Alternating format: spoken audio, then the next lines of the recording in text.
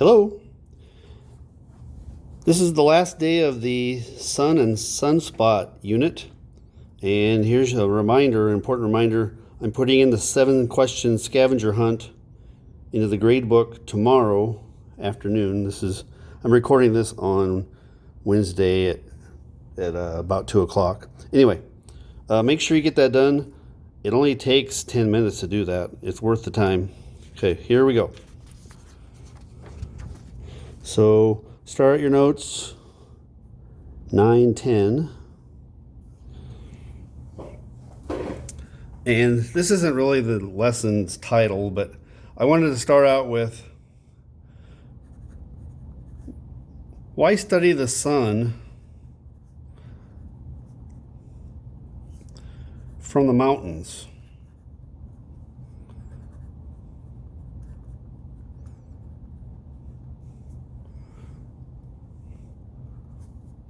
The answer is to get a clearer view, okay? We need a clear view, as in steady air. Now, those of you that may have been slow about getting your scavenger hunt done, if you're paying attention now, you're going to get some of the answers for free if you're paying attention.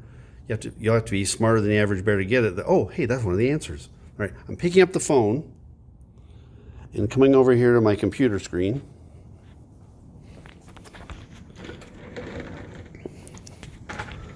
Remember WWV, that weird radio station you listened to, and I listened. I showed you my shortwave radio, and we listened to it in class.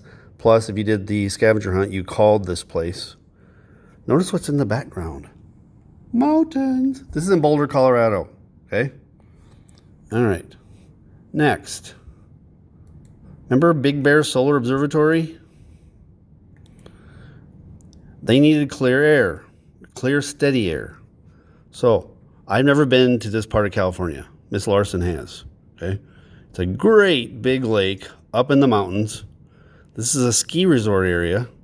Okay, look at this place. Okay, this is the observatory parked. They literally put it out in the lake. I'm going to scroll down so you can see what I'm talking about. Look at this picture. Okay, there's a reason they went to that trouble. They put all of that rock in there for that road, and they put this observatory out surrounded by water. Notice the huge parking lot. I'm being sarcastic. There isn't a parking lot because parking lots make heat waves. They wanted to have this solar telescope surrounded by cold water so there wouldn't be any heat waves coming off of this surface. Okay? That's what they're up to. Let me see. I'm going to go back. Okay? This is Big Bear Solar Observatory. Look how close the water laps up against the building. Okay? The telescope's inside of that white dome. Okay, here you can see inside, there's the telescope when they have the door open. Okay, here's the telescope. Okay? All right. So, we study the sun with good telescopes put up high in the mountains so that we can get a good, clear view of what's going on inside of the sun. All right, next thing. This is kind of today's notes are just kind of the leftovers, all the little things we need to get wrapped up before the big quiz on Friday. All right. Now, next. This is an important concept for all of your science classes you're going to have, okay? And for the adult life, you guys are just starting. The key to predicting the future is understanding the past. The key to predicting the future is understanding the past. I'm going to give you several examples. I didn't make that up. That's an important idea. Okay? The key to predicting the future is understanding the past. All right. Let's say you broke out in a rash. You're having an allergic reaction to something. You're like, man, I wonder if it's something I ate. Well, there are ways to figure that out. Sometimes you'll have to, if you have a suspicion like it might be this, but it might be that. I wonder what I'm allergic to. You can do an experiment on yourself, wait a few days and have the rash go away, and then eat one of those items that you suspected you might be allergic to and see what happens. Okay? You're using your past allergic reaction and you're trying to figure out what's going to happen next. And now, if you did break out in a rash from one of those things you ate, you think, boy, that's pretty good proof. You could try it out one more time, but you were able to look at what had happened and make a prediction. Now, let me give you a better example. When we get our weather forecasts, the way they do that is we have weather records made from weather observations that are recorded every hour of every day. That's 24 measurements a day. And we have 150 years of measurements in most of the United States. That's a lot of weather data. So, how do they make a weather forecast? Well, it's a lot easier now with computers.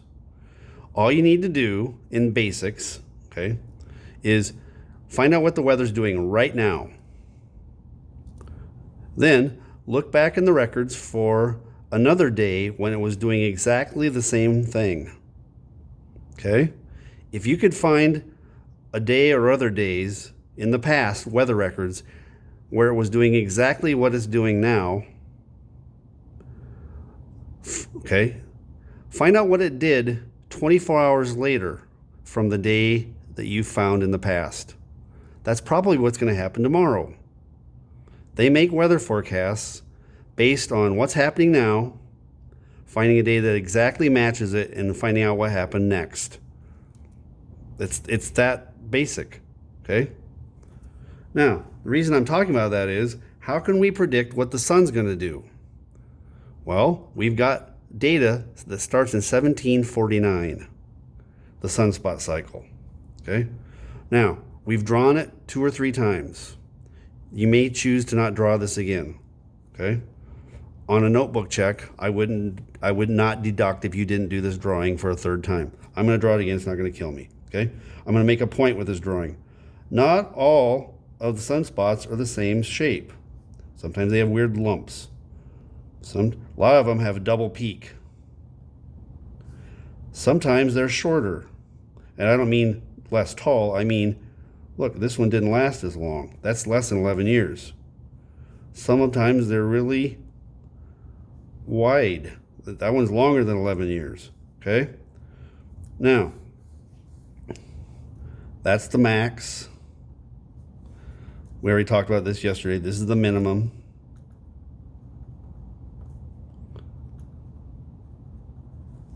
Okay? This was 0 sunspots.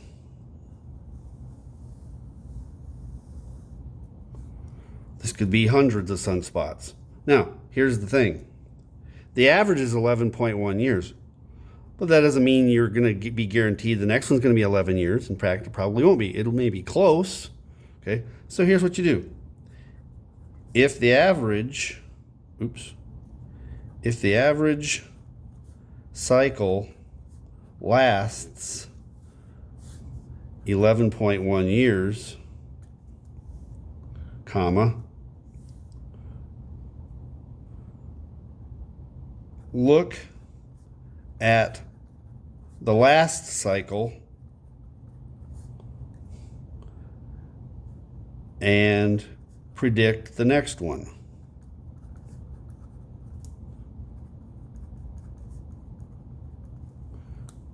Okay, like this. I'm looking at the 2014 peak. Okay, so it was kind of a low one. It was a wide wide cycle and not very tall. Okay.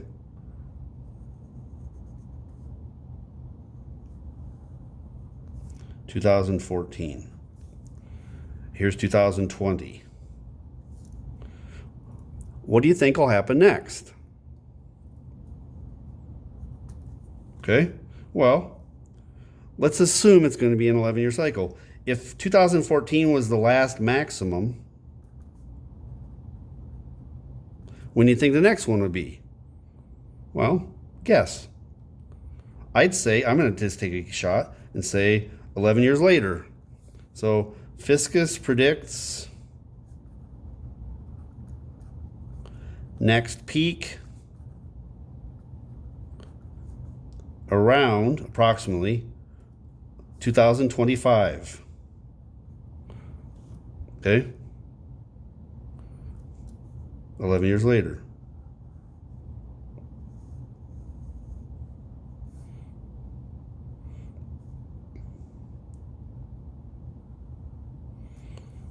Okay?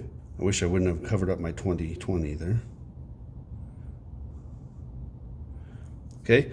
If the bottom's right now, in the middle of 2020, if the bottom's right here, 0, when do you think the next bottom would be? Well, we don't know for sure, but if we use the 11-year average, I'd say the Fiscus predicts next minimum. I call that peak. I should have said max. Predicts next maximum. Okay. Fiscus predicts next minimum approximately 2031.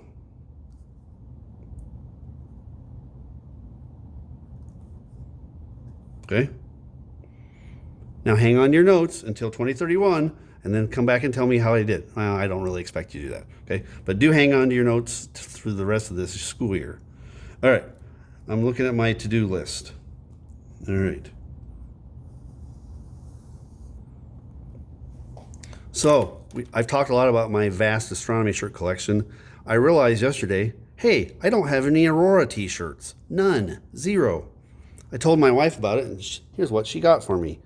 It's coming, right? It's probably going to be here in a day or two. She didn't get overnight shipping, but she got fairly fast shipping. Check out this shirt. Look at that baby. That's the front. Here's the back's the same. That's going to be awesome. All right.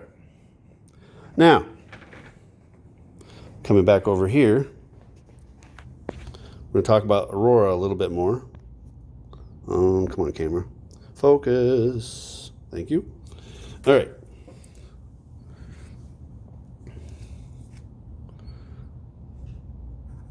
Why are Aurora different colors?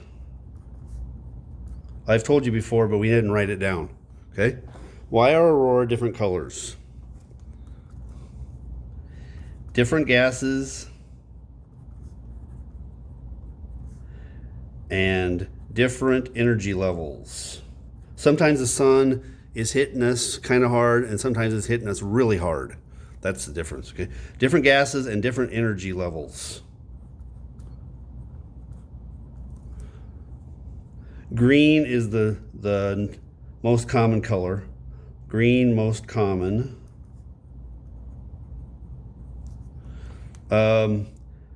Pink is next, I think. Okay.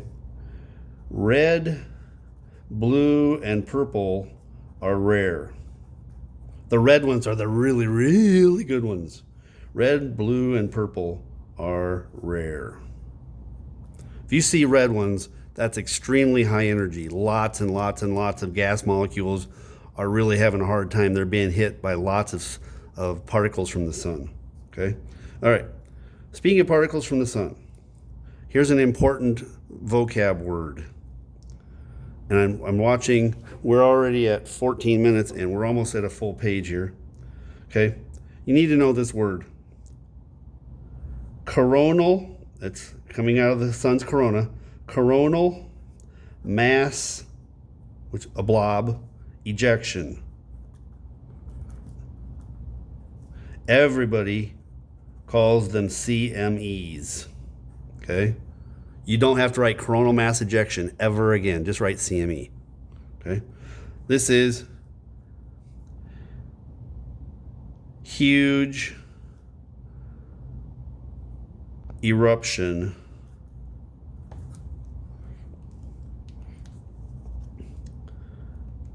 that leaves sun